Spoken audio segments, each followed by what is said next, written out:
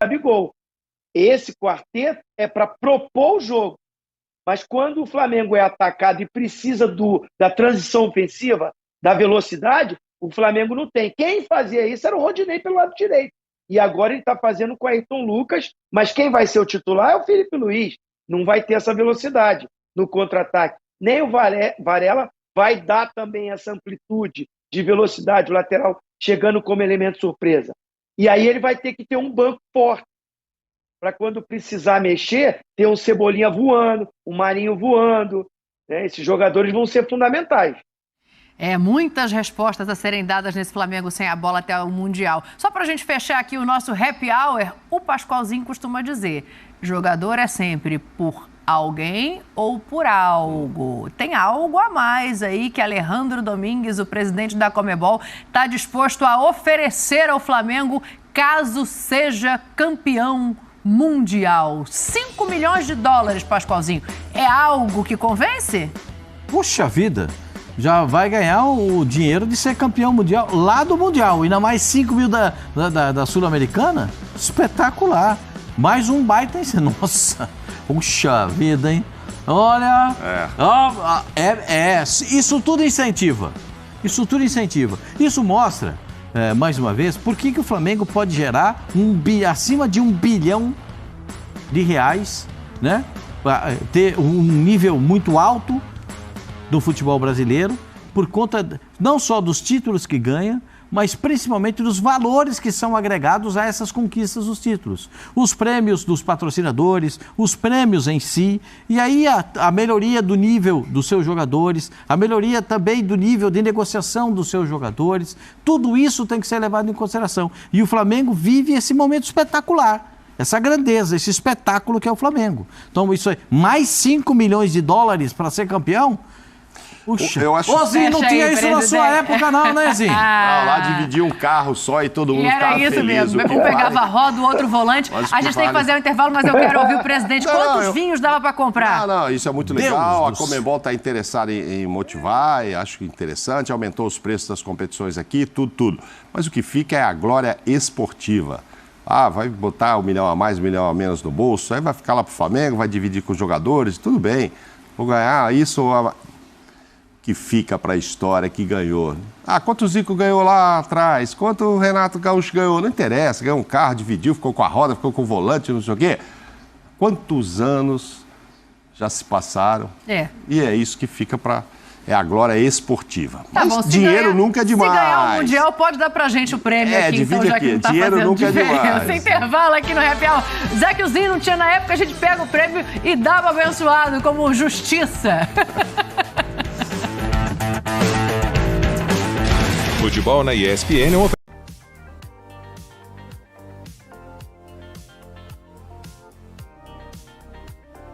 E é isso aí, gente. Chegamos ao final de mais um ESPN FC. Muito obrigado para quem nos acompanhou. Muito obrigado para quem deixou aí o seu like, a sua inscrição, o seu comentário. Tamo junto. O programa daqui a pouco volta, mas é só para se despedir. Então a gente já fica por aqui com o programa. E depois a gente volta mais tarde às 10, tá? Com o Linha de Passe. Linha de Passe começando às 10 da noite. Vamos de 10 até meia-noite, se não me engano. Então vamos estar por aqui para acompanhar mais um Linha de Passe, para falar bastante aí sobre o começo dos estaduais, né? Então a gente vai falar bastante sobre isso. Vamos continuar por aqui também um pouquinho mais para comentar os assuntos de hoje, mas desde já, muito obrigado aí para todo mundo que nos acompanhou. Muito obrigado para a galera que deixou comentário, deixou like, deixou inscrição também. Seja bem-vindo se você é novo inscrito. Já marca aí o sino para receber a sua notificação, já para ficar ligado aí toda vez que a gente entrar ao vivo. Hoje falaram bastante aí do Flamengo, né? O Flamengo que venceu com tranquilidade aí o time da Portuguesa aí do Rio de Janeiro. Também falaram bastante sobre o Palmeiras e o Corinthians. E nós vamos já falar sobre isso aqui. É isso mesmo, 10 da meia-noite o Linha de Passe. Tava só dando uma olhada aqui para ver o horário. E de 10 da meia-noite estaremos aqui ao vivo com o Linha de Passe. Muito obrigado, Tatá. Até amanhã. Muito obrigado aí pela presença. Boa noite aí. Boa semana pra você também. O Igor tá por aí também. O Flávio Mavaldão também. O Wanderson. Boa noite, Wanderson. Boa noite, João Matheus. Boa noite, Giovanni. O Edson também tá por aí. Muito obrigado pela presença de vocês todos. Perguntaram quem deixou melhor e a impressão no Paulistão e tal, né? Assim, é tudo muito novo, né? Eu acho que os times que dá pra gente fazer um julgamento um pouco mais aprofundado, mais convicto, seria o Palmeiras, né? Que tá com o trabalho desde o ano passado. Eu acho que só, né? O São Paulo, né? O Palmeiras e o São Paulo são trabalhos que já vem do ano passado. O São Paulo vai fazendo uma leve reformulação aí com jogadores mais medianos, né? Vamos dizer assim. Que eu acho, inclusive, o correto pro São Paulo fazer nesse momento. Não vai ter um time tão competitivo assim, mas não vai também se afundar em mais problemas financeiros como vinha fazendo nos últimos anos. Então eu acho ok. Vai cambalear mesmo, vai ser o jeito. Não tem muito pra onde correr. E já Corinthians e Santos estão começando novos trabalhos aí, né? O Santos venceu, mas o Corinthians perdeu pro Bragantino. O Bragantino que esse ano tende a ir um pouco melhor, né? Eu acredito que vai um pouco melhor com o novo treinador, um treinador português agora, né? E com o time que já vem jogando junto aí algum tempinho, né? Poucas mudanças e tal.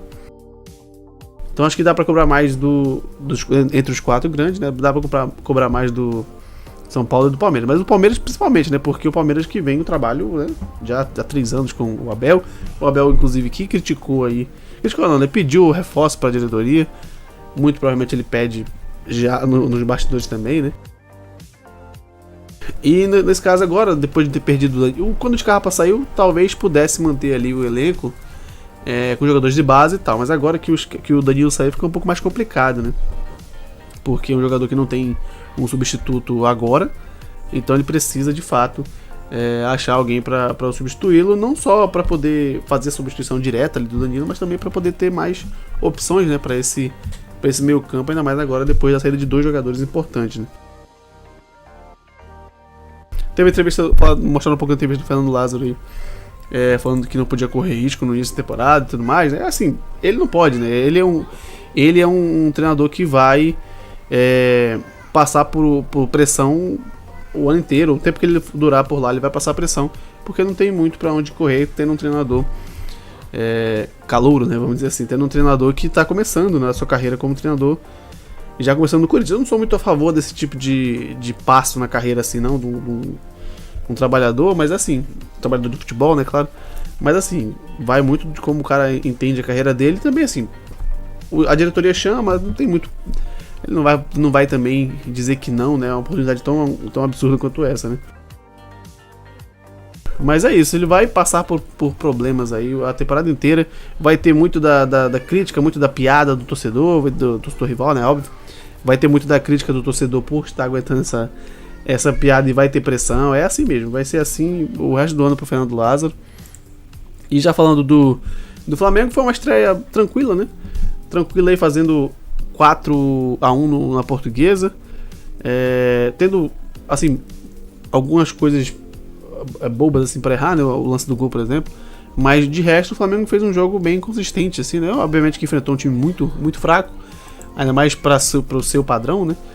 E ele não manteve necessariamente a formação do Dorival, que eles falaram aí no programa, né? Não foi exatamente o time de 2022. Ele manteve os jogadores, as peças. As peças é uma coisa, manter as mesmas funções é diferente, né? Ele não manteve as mesmas funções, ele jogou no 4-4-2, ele não fez o losango que falaram ali do meio campo, né, da entrada do ataque. Então já é diferente, só nesse ponto já é bem diferente. Ele por mais que ele tenha mantido os jogadores que foram titulares no ano passado, ainda assim mudar esse tipo de formação traz algumas diferenças no jogo, né? O Flamengo começou com o Ayrton Lucas, começou com o Varela, são coisas diferentes do que era no passado, muito, muito diferente, inclusive.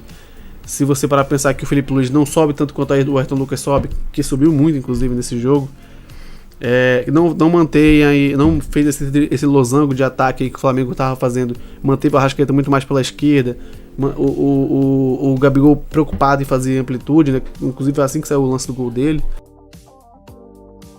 né? Tentando abrir mais pro lado, tentando puxar espaço pro Pedro, né? Tentando abrir mais do lado do campo.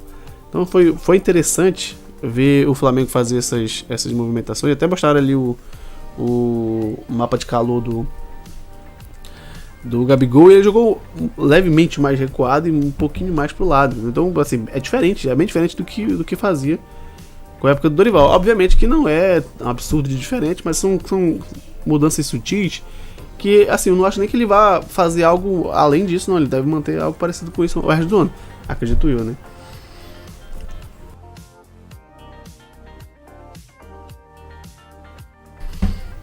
Ó, o Manuel falando aqui, quem fala que o VP tá pianinho, não sabe nada de futebol, você quer comparar um técnico trabalhando no Corinthians com um time limitado.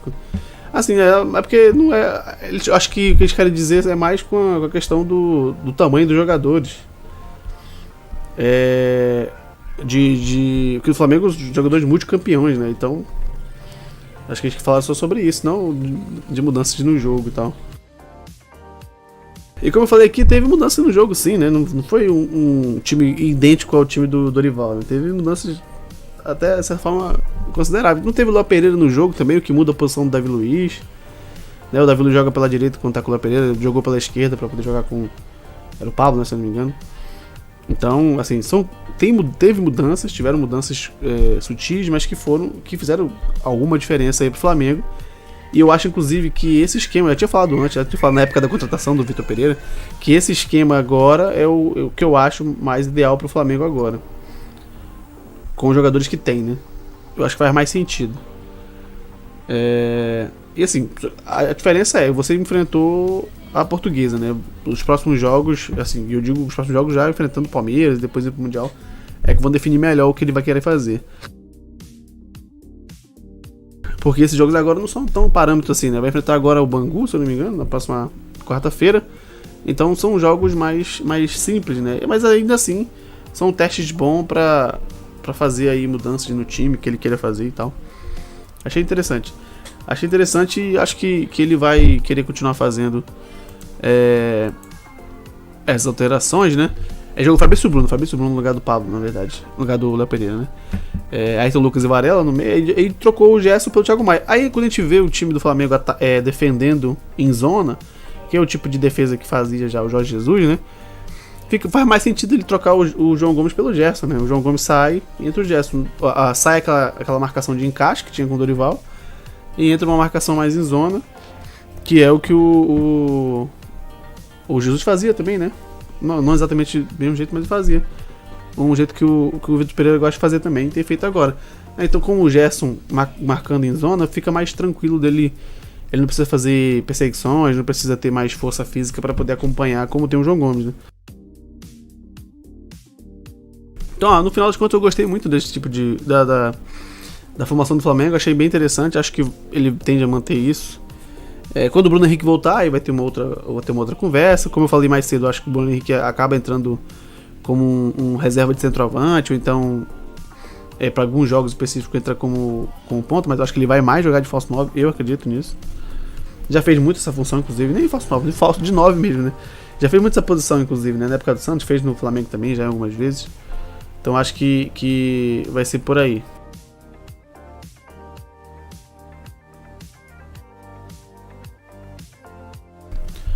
E é isso, gente. Muito obrigado pra todo mundo que acompanhou a gente aí. Vamos ficando por aqui. A gente volta mais tarde, tá? A gente volta 10 da noite pra fazer o Linha de Passe.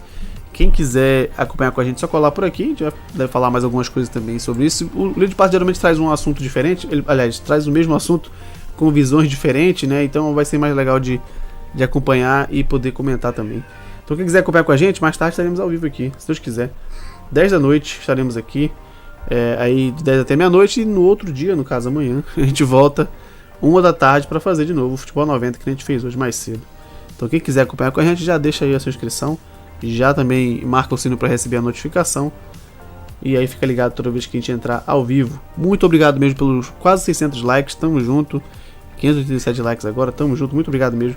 Muito obrigado para quem deixou aí o seu comentário no chat, é sempre muito importante, sempre ficamos muito contentes aí com a participação de todos. E muito obrigado pelas inscrições mais uma vez. Tamo junto, gente. Daqui a pouco a gente tá de volta aí às 10 da noite. Uma boa noite pra todo mundo e um abraço.